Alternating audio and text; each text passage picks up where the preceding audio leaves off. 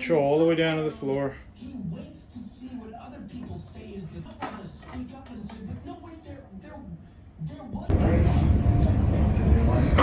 All right, so we're going to show you the ball North Curl, okay, and that is basically our foundation exercise to get you to do a full Nordic Curl, okay. So we're starting with this, and this exercise is going to be extremely challenging, and you're going to see in the video, even him doing this, it's still just as hard as doing a regular Nordic. This is going to lay the groundwork, so it's going to make it much easier when you go to do a full Nordic.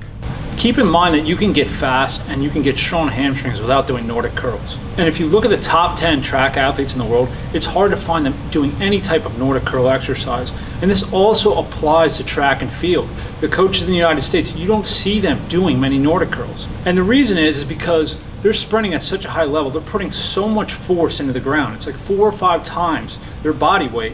And then they're gonna go in, even if it's eccentric loaded, and they go and do Nordic curls, the amount of stress that they're putting on their body from sprinting and then going in the weight room and putting that type of stress on the hamstring, it's a recipe for disaster for pulling hamstrings. So that's why you don't see them doing that. Now, this all being said, the reason that the Nordic curl gets such a bad rap from the track community and other people when they say that it can actually end up hurting you and pulling your hamstring is because of the hip positioning. They don't understand how to correctly train the hip position at different stages so you don't put as much stress on the hamstring and you place more onto the glute. And that's what we're going to show you today. 1, 2, see how he's maintaining that the whole time? The whole time he's maintaining this. Look at that, he's never losing that position. Floor.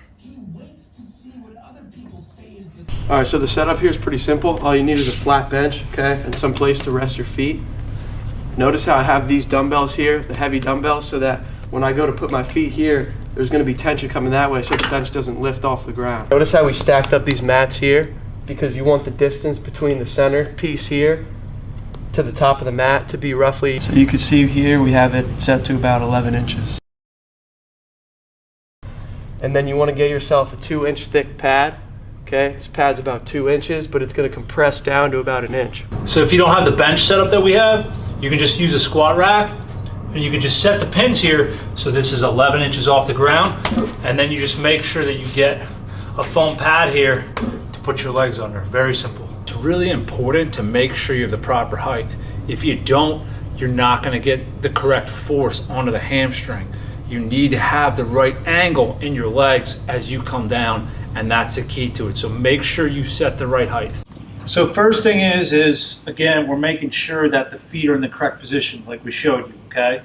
Ankles are gonna be in line with the outside of the hip, the knees are slightly in, and you wanna make sure that you're pulling the toes back, okay? Your whole ankle's pulling that way. You don't wanna do this when you go down. You're gonna lose some tension on the hamstring. So here, and you wanna make sure that you feel like you're toeing in, okay? They're gonna probably end up straight, okay? But you wanna feel that toe in, you don't want them rotating out, because then you're going to get the lateral rotators, and it's going to focus less on the membranosus and more on the bicep femoris, okay?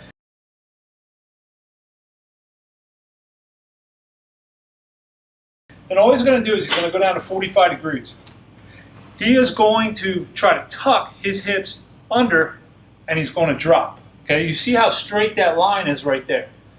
That's a perfect position to train at, and then he's got all the tension here. And he's got his hands on the ball here, okay, and he's just going to hold that for 25 seconds, just like that. And he's going to try to, the whole key is maintaining this shape here. You don't want to do this, okay, that's what everybody does.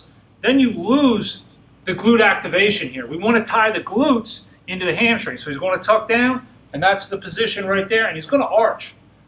But he's locking his hips in. He's just right there, like that. So if you're in the correct position here, like he is, okay, you're going to feel, just like you feel with the glute flip, you're going to feel that minimus, okay, really taking over inside toward like your joints, your hip, where your ball, your socket is. You're going to feel that working, okay. So that's how you know you're in the right position. Because when you start doing this, okay, you're going to just feel your hamstrings. Here, you're going to activate the butt. So keep that in mind. And that's the position you want to be in. The other thing you don't want to do is you don't want to go like this, okay. If you have a weak core, it's almost like similar like position as a plank. Yep, good. So that's where you want to train at, right there. Okay, now we're going to show you how we move with it, okay? And then also we're going to show you the different levels to it, okay? So all he's going to do is he's going to get in that position, okay? So if this is totally straight, you're going to come out just a little bit here, And then you're going to go down on a 4 count, and you're going to touch your chest to the ball. Go ahead. 1, 2, 3, 4, and pop back up and back down. 1, 2. See how he's maintaining that the whole time? And then back up. Good. And then back down. Good. And up. Now, when you're first doing it, I would just concentrate on the eccentric loading aspect of this, okay? So just this. When you come up, if you just want to take the pressure off your hamstrings, you can. As you get better, you can load both. But this is going to just be hard enough as you come down. We put a lot of time and energy into making these videos, so please like this video. It'll help us out a lot. Okay, so this is how you test, all right? We're going to go down, we're going to put our chest onto the ball, okay? So we're going to be a little bit below 45 degrees. They just start down on the ball, and then he's here, and all he's got to do is I'm going to hold this ball just so he can't cheat and roll it back, and up. That's it. That's all he's got to be able to do. Show him what it looks like to do it wrong and lead back with the butt. Okay, that's what they'll do there. That's totally cheating, okay? So do it again. That's pretty good. That's basically how you want to do it, all right? If you can do that, then you're ready for the assisted Nordics. So this is the full Nordic, okay? And the main difference is that the foot position here, this is 6.5 inches, okay? So he's basically on this plane here, where on the other one, we had that angle.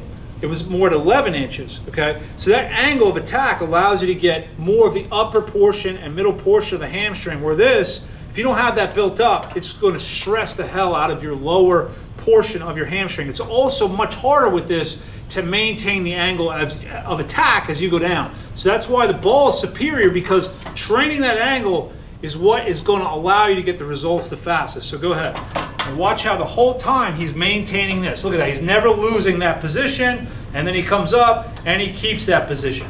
That's how you get super strong with this exercise.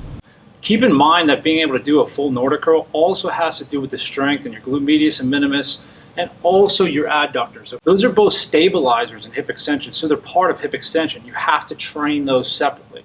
And we have an app, it's called Corexcell, okay? And it's 12 exercises that fix your entire body, but within that is how you properly train the hips in conjunction with doing exercises like this with the Nordic curl, so you can get the best results. And Corexcell is also part of our level 1 sports training program. So if you want to get more private attention and really learn our programs for sports training, you can buy Corexcell and level 1 as a package together. And the details are in the link of the video.